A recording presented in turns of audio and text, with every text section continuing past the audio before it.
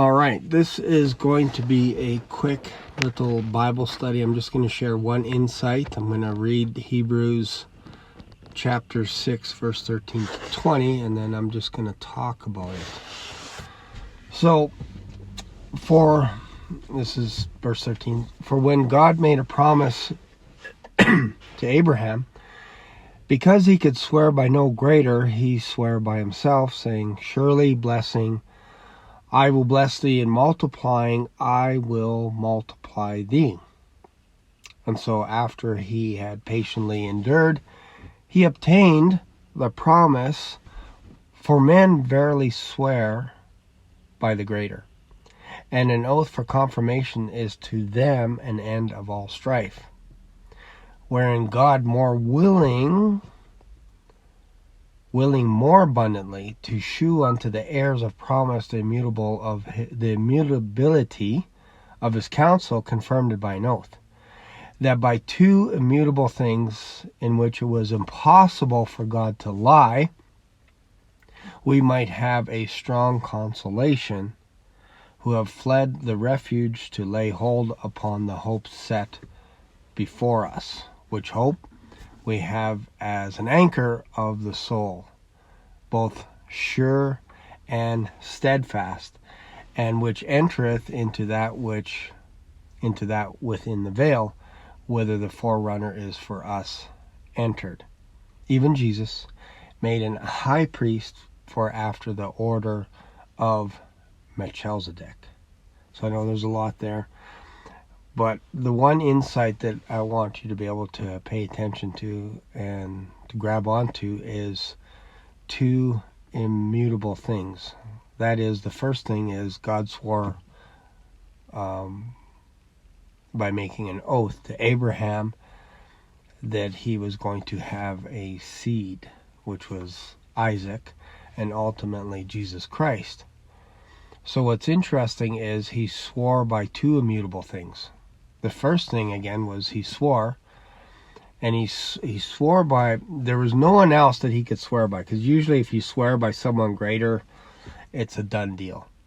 So God, because he couldn't swear by anyone else by himself, but by himself, swore by himself that this promise would come about. And the second thing that was immutable was that God cannot lie. So the first thing is he swore by himself, and there was no one greater in the universe than God. And he also, I think this thing is going to fall down here. And then he also cannot lie.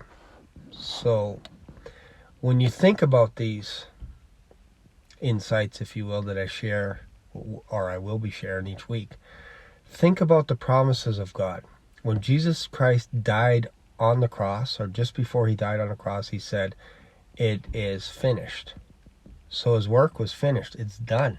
It's a done deal. There's nothing more that we can do to enter into that rest than belief. Why? Because of what Jesus Christ did.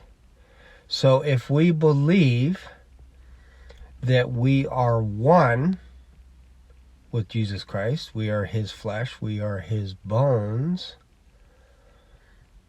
then it doesn't make sense, on a side note, if you look at Judas, what he did after he was sorry that he betrayed Jesus Christ, he went and hung himself.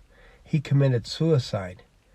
Now, suicide is not encouraged in the Bible. We all know this. We understand this.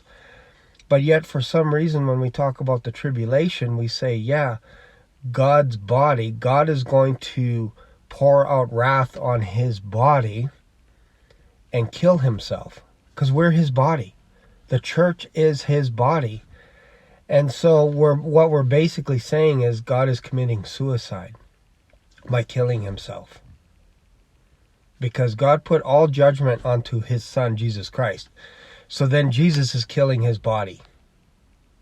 That's what we're saying. When we say the wrath of God is being poured out on earth, and all judgment has been passed onto Jesus Christ, and God is the justifier. So in essence, we're actually believing that during the tribulation that Jesus Christ is killing himself. There's no other way to look at it. Because if we're his body, I'm not talking about persecution. I'm talking about God's wrath, 75-pound hailstones coming down on earth. That's something to think about. So when God makes a promise, his work is finished. And in the Pauline epistles, Paul says that we are joint heirs with Christ.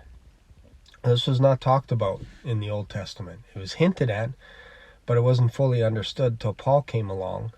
It had insights, basically downloaded by Jesus Christ to him, mysteries, including the resurrection, the rapture, how Gentiles are joint heirs in Christ, how we have a seat in heavenly places. All this stuff was revealed to us by Paul, the apostle. So, take that to the bank. That God, when God says something, he does it, and he doesn't go back on his word. That's what we can take to the bank. So if you got something out of this video, feel free to leave a thumbs up, share a comment, let me know your thoughts, and I'll see you in another video. Bye for now.